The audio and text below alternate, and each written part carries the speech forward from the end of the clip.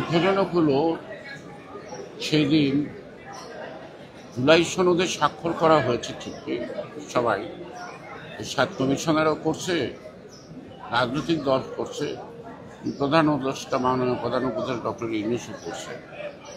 কিন্তু আমরা যারা দর্শক ছিলাম, আমাদের সামনে এই চুক্তিনামাটা পাঠ করে শোনানো হয়। কিন্তু 2 দিন পরে যখন প্রিন্টিং পেপার তারা আমাদের হাতে দিল, তখন দেখলাম যে ফাইনাল যে সিদ্ধান্তগুলি ছিল সেই সিদ্ধান্তের মধ্যে অনেক রদবদল আছে, অনেক নতুনত্ব আছে, যেটা কোনো মতেই কাম্য নয়। টানা তৃতীয়বার অর্জন করেছে দেশের সেরা সুপার ব্র্যান্ড স্বীকৃতি বসুন্ধরা টিস্যু। এখন প্রশ্ন করতে পারেন যে আপনারা তো লেখাপড়া জানেন, যাই না শুনে স্বাক্ষর করলেন কেন? আমরা তো যাই না শুনে স্বাক্ষর করি, কারণ মূল বিষয়বস্তুটাকে প্রকাশ করা হয়।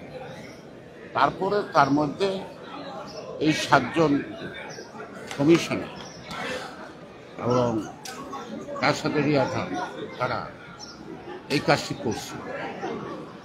এই যে কাজটি করলো, এই ব্যাপারে আমরা আমাদের নতুন কোনো বক্তব্য বলি নেই।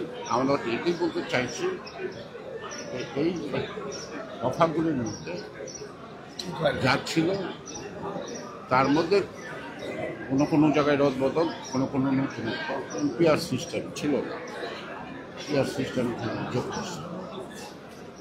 এখন আপনারা যে প্রশ্নটা করছেন, এই প্রশ্নটা আমাদের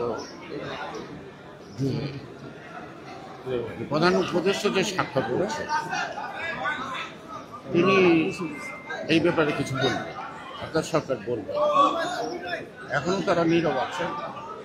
আমরা আমাদের বক্তব্যগুলো জনসম্মুখে প্রকাশ করছি, এবং পরবর্তী পর্যায়ে কী পদক্ষেপ হবে তার জন্য আপনাদের কথা। আমাদের মূল যে কথা সেটা হলো একটি, আমরা প্রায় 18 বছর, যদি নাও হয় 16 বছর, আমরা কিন্তু একটা দাবি, একটা সুষ্ঠু অবাধ নিরপেক্ষ নির্বাচনের দাবিতে আন্দোলন করছি। আমরা সেই সুষ্ঠু অবাধ নিরপেক্ষ নির্বাচনটা এই জুলাই বা আগস্টের 5ই আগস্টের ছাত্র জনতার যে আন্দোলনের ফসল বর্তমান অন্তর্ভুক্ত,